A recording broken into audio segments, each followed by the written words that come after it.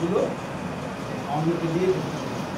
এবং যতগুলো ঘটনা ঘটেছে ম্যাক্সিমাম ঘটনা হচ্ছে নিকটাত্মীয় ফ্যামিলি নিকটাত্মীয় দ্বারা ঘটেছে।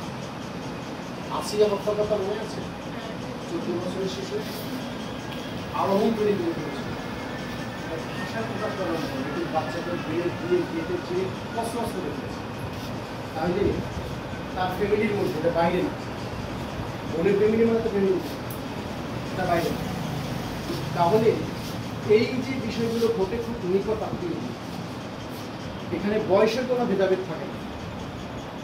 তবে একথা বলে রাখি, শুধু যে পুরুষ দ্বারা নির্যাতিত হয় বিষয়টা কিন্তু তা না, নারীরা নির্যাতিত হতে পারে। সেহেতু এই যে প্রোটেকশনের ব্যাপারটা শুধু নারী অলওয়েজ ভার্নারেবল হবে বিষয়টা তা না, পুরুষও ভার্নারেবল হতে পারে বিষয়গুলো। তাহলে ফার্স্ট কি কাজ করতে হবে? ফার্স্ট হলো তার ট্রাস্ট এরিয়া তৈরি করতে হবে। আমরা একটা ট্রাস্ট এরিয়া তৈরি করতে পারি এরকম যে প্রথম সে কাকে বিশ্বাস করে, তারপরে কে, তারপরে কে। 3 নম্বরে গিয়ে তার ভাই নাও হতে পারে, 3 নম্বরে গিয়ে হতে পারে তার একটা বিশ্বস্ত বন্ধু, তাকে সে সব কথা বলতে পারে। এইরকম জায়গাগুলো, এই জায়গাগুলো তাদেরকে তৈরি করতে হবে, দিতে হবে। তার এই প্রশিক্ষণটা দিতে হবে। প্রশিক্ষণ মানে যে এটা হচ্ছে অ্যাওয়ারনেসটা দিতে হবে। আমি মুম্বাইতে ট্রেনিং পেয়েছি, 10 দিনের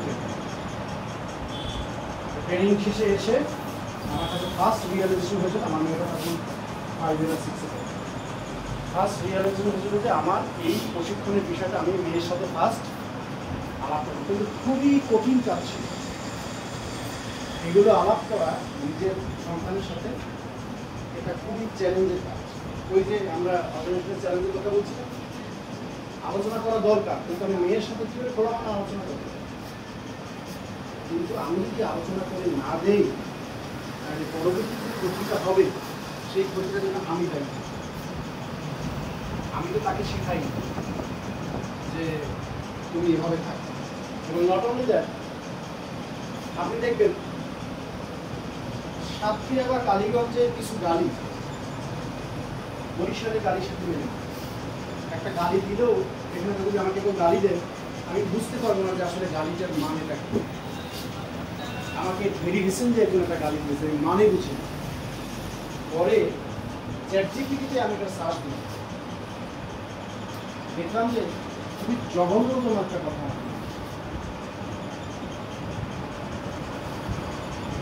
যেটা ভাষায় প্রকাশ করে সাথে সাথে দিচ্ছে। আমি জানি না সে বুঝে দিয়েছি না, সাথে সাথে ডিসাইড রাস্তা আলাদা,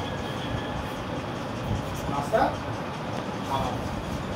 কারণ সে যদি জেনে আমাকে গাড়িটা দিয়ে থাকে তাহলে সে ভালো মানুষকে পোষণ না জেনে আমি আপনাকে গাড়ি দিতে পারি। আমরা অনেক সময় অনেক কমন গাড়ি দিই, তুমুকের বাচ্চা, তুমুকের বাচ্চা, কিন্তু আঞ্চলিক ভাষায় যে গাড়িগুলো আছে সেটা তো সম্পর্কে আপনি জানেন, তোমরা জানো যেটা কি হতে পারে। আমাদের ট্রেনিংয়ে কি করেছে, বাংলাদেশে যত বাজে ধরনের ভাষা আছে, ল্যাঙ্গুয়েজ, ইসলামিক ভাষা, সবগুলো একটা লিস্ট করেছে। কারণ বাংলাদেশ থেকে আমরা 17 জন নিয়েছিলাম, মানে বিভিন্ন ডিভিশনের গালি আমি জানি, বরিশালের গালি, সিলেটের গালিকে আমরা জানি, সবগুলো লিস্ট করেছে।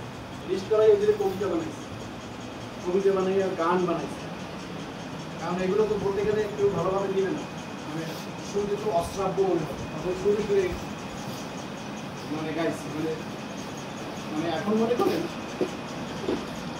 সবার অনেকে ঘুমটা করে আছে, মানে মাথায় কাপড় দিয়ে আছে। যদি মাথায় কাপড় দেওয়াই লাগে তাহলে সবাই সমান